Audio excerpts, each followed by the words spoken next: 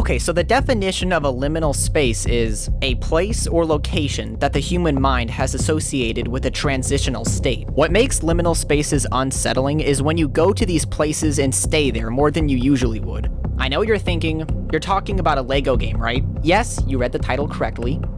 I mean, why else would you click on the video? There is one Lego game that has the perfect liminal spaces. And while people don't bring up these spaces very often, when they do, they always have the same opinion.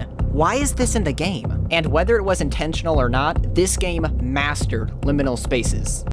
I swear I'm not joking. So the game I'm talking about is Lego Indiana Jones 2. But Mr. I hear you asking, how are there liminal spaces in a Lego game? Treasure mode. I've already explained what treasure mode is in one of my previous videos, so I'll make this snappy. When you replay a level in this game, you sometimes have the option to play treasure mode instead of replaying it normally. Treasure mode is essentially the exact same level, but with two differences. It's always nighttime, and nothing is really happening. Yeah, it's a little eerie, but there is one level type in this game that, when combined with treasure mode, becomes a liminal space. I'm talking about vehicle levels. You know, the levels that everyone collectively hates. So try to see if you can figure this out. In these levels, you are usually in a large map, and are constantly speeding around trying to find enemy vehicles.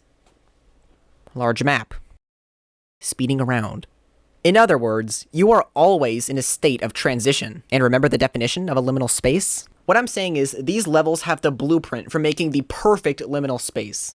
I have said liminal space so many times. Similar to how a hallway becomes a liminal space when it's usually crowded with people, and it becomes kinda creepy once you walk down it alone. Just like how in these vehicle levels, they're usually crowded with tons of enemies and tons of action and excitement. So imagine how creepy an empty version of these levels would be. I mean, it should be creepy, right? Look, I would say I've played this game a lot, especially when I'm replaying it for a video, so my mind has pretty much entirely associated these maps with constant action. So let's take a look at one of these. Canon Canyon. That's a good name. How have I never noticed that? So in the normal version of this level, you're driving around, smashing enemy vehicles, and you also take down a tank. Okay, that's pretty cool. That seems pretty normal. Now let's play treasure mode. Yep, it's completely empty. No enemies, just me. And just to make this clear, the reason it's called treasure mode is because in these levels, you're usually collecting treasure. But in the case of vehicle levels, the objective is to pop balloons. I mean, it's something to do. Anyway, this one isn't too bad. There are some fires that make the place look a little bit too comfortable to be considered creepy or anything. But there is another one that I suspect will be the best one. This is the first vehicle level in the game and by far the largest.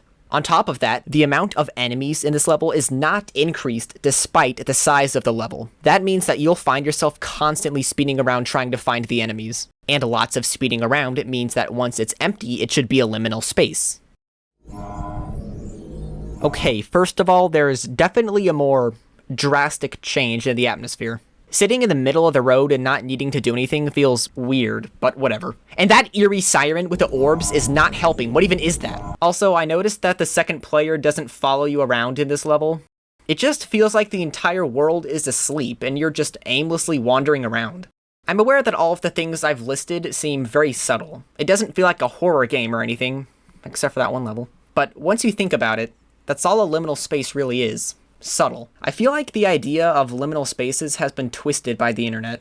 It's easy to confuse liminal spaces with horror. They're very similar, but the difference is that one of them is in your face and filled with cheap jump scares and violence that serves no purpose except for shock value. And the other one just makes you feel not scared, but alone. Like, yeah, being chased by enemies that want to kill you is scary and all, but to be honest, I think I would rather live in a world where everyone is trying to hunt me down than live in a world where I would be completely alone. Don't forget to dislike and unsubscribe because self-promotion is cringe. Okay, bye.